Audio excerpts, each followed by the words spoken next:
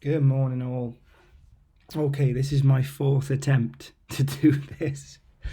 If I do get heckled by my 2-year-old daughter or my son, I'm very, very sorry.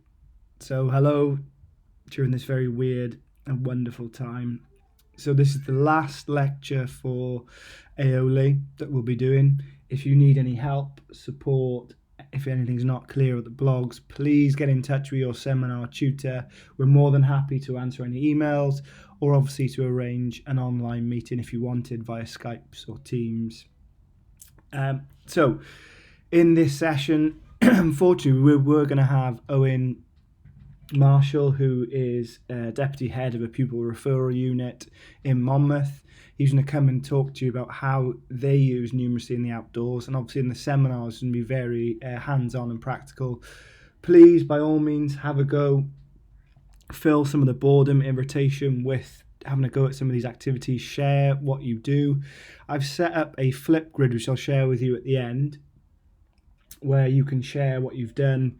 Obviously, you don't have to do this. It might be just a really good opportunity for you just to share your cat with us. That's fine. That's absolutely fine. So I'll quickly run through this. And obviously, if you can engage with this, obviously for your blogs, you need to have a literacy post, a digital competency post, and a numeracy post. So we're looking at numeracy and the outdoors today. So obviously the most obvious question is, why take children outdoors to develop numeracy skills? There's obviously a number of reasons why you do that, but it's to help to develop their curiosity, creativity, their fluency with maths. When they're outside, it's a change of environment. They're not aware that they're doing maths at the time. It's almost like math through stealth, which I've talked about in lectures before.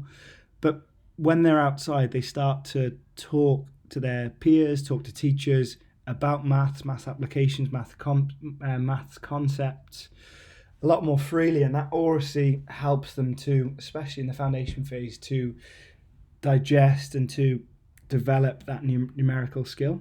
We're going to watch this quick video and this give you some ideas of how maths can be used in the outdoors.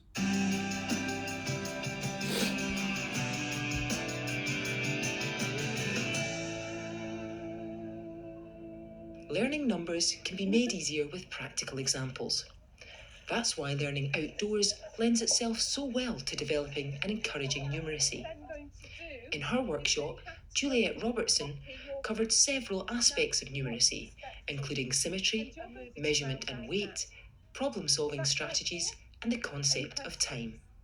Maths actually isn't about pencil and paper activities. Maths is about using numbers as a tool to understand the world around us. Outdoor master chef in a mud kitchen. Your group has to invent a recipe using natural ingredients. The first one, which I absolutely love, is the outdoor master chef, where what happens is it's essentially about measuring and estimating quantities, and the pupils are tasked to develop a recipe using natural materials and then to give a presentation, and they are peer assessed by the other people so that they end up marking them on the references to quantities and weights and things like that, and also they're marked on their dramatic skills as well and their ability to entertain an audience. Oh, absolutely amazing, I have to say. And I think it's the freshness that's just been, some of the things have just been picked, and you can really taste the fresh, really solid, earthy taste. Learning numeracy outdoors is great because the resources are there. All you need is your imagination, your creativity, the enthusiasm. So here's my really rubbish example. I always give rubbish examples. Why? Because then you know the children are going to do better. One of the things we did in the workshop was making clay faces, which sounds like a fairly standard art activity, but each participant was challenged to make a symmetrical and asymmetrical designs, and then they had to wander around and decide which is more scary, asymmetrical faces or symmetrical faces. If you word these as challenges and make them open-ended, it does certainly increase the level of higher order thinking and the application of mathematical skills. On a black bin liner, take a pile of sand and challenge the children to make a sand sculpture, 3 of them. them. In fact, one with the biggest volume and one with the biggest area and the other with the biggest perimeter. And the children have to decide how they're going to sort out the quantities and how they're going to create the sculptures. I work with the children to get them to do measurements outside as part of the whole process of looking at their spaces and helping them to think in terms of being a designer a little bit, and working out how spaces work. And so obviously numeracy, maths, measuring all comes into it. That this group was asked to build a water clock that would time within 1 or 2 seconds a minute of water going through.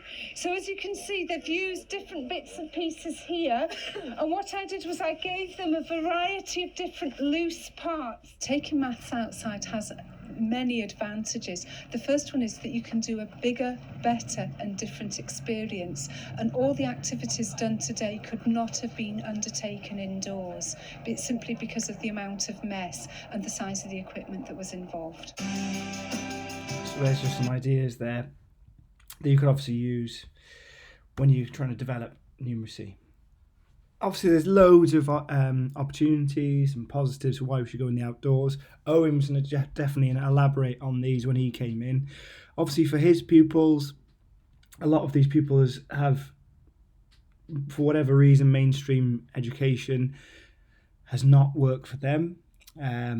Traditional formats of sitting down and doing maths from textbooks, as he talks about, just doesn't work. So they use in their school the outdoors to develop mathematical thinking, and it just offers that different stimulus. And as I mentioned, learning through stealth, it provides an opportunity for them to come up with different mathematical solutions without them even noticing. It might even offer a different perspective on the maths being explored, and it's just a bit more engaging. When he's going to share some settings of there, you can have a look. It's the Talaka school. I'll put some links to the school, but it's surrounded by nature. It's got a lot of adventure playgrounds, a lot of just surrounded by nature in the country, and they do go outside all the time for these reasons.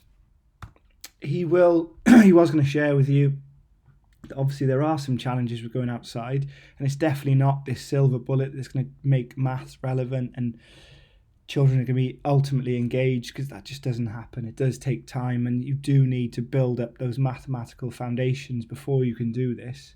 But sometimes, especially for his students, it's maybe too overstimulating.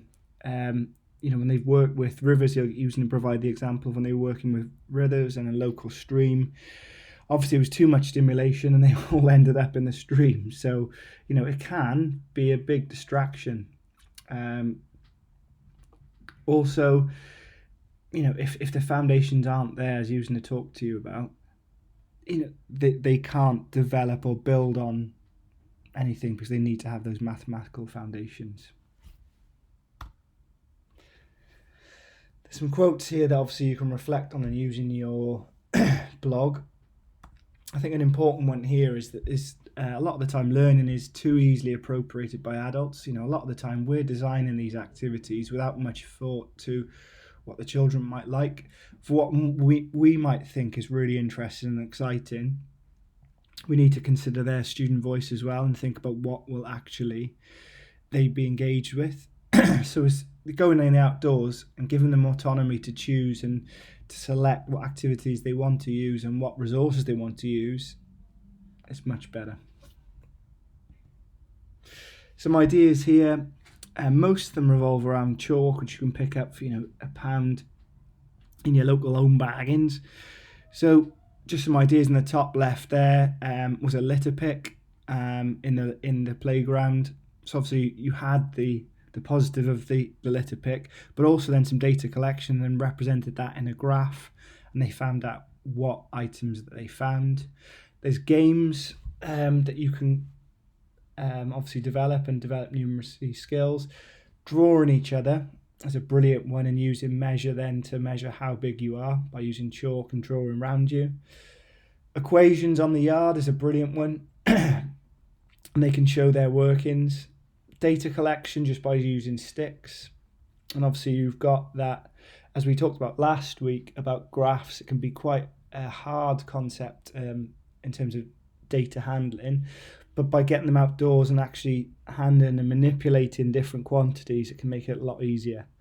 And just here's just this outdoor maths share. There's a brilliant example here of just providing the resources, and the children then have the autonomy to go and select what they want to use, and with some ideas then on the door. Okay, so we were going to be going outside. As I mentioned, you may want to go outside yourself, have a go at doing this in your garden. If you want, you might get some strange looks from your neighbours, but you can bribe them with toilet roll. It's absolutely fine. So what we were going to look at, we're going to look at the Master Chef, the mud faces, and the tallest tower. So just to give you a bit more context for these, have a look at the literacy and numeracy framework and think about what skills need to be developed as a starting point. I've also put on a folder of ideas and resources that you can use, and I've put them into a handout which you can take away and you could use on placements or your own experience. You could even share these with the children. So there's the stick graphs, angle hunt, there's all these different activities that you could do and have a go at. Obviously these all relate to the 4 purposes, so think about, if you were going to have a go at any of these activities, how could you relate these to the 4 purposes and what would it develop? Okay, so the first one that was mentioned in the video is the outdoor Master Chef. So obviously all you need for this, you don't even need these resources, but it would be great if, and most schools now have them, but just some cooking utensils, maybe a pan, a spatula, that sort of thing, just to encourage and start their creativity. But a lot of the time, you might just want to use a stick or to mime things and encourage their creativity. So think about what is going to go into your ingredients, just using natural resources, mud, and then again bringing in some ideas of literacy and creativity, and think about measure what might be in there. So 3 milliliters of frog's eyelids, etc., or 4 grams of fairy's shed skin. Again, you can come up with these on your own. Again, if you could share these with me at the end via Flipgrid, that would be brilliant. We were then going to look at mud masks. We were going to use clay. Clay is a lot easier to manipulate. You have to find the right sort of mud, but again, mud works just as well. So you find a tree, you talk to them about symmetry and asymmetrical. So I was going to encourage you to make a symmetrical clay face on a tree, and then to make an asymmetrical one. Then we're going to discuss which was more scarier and why. So have a go at making both of those and think about which is more scarier and why.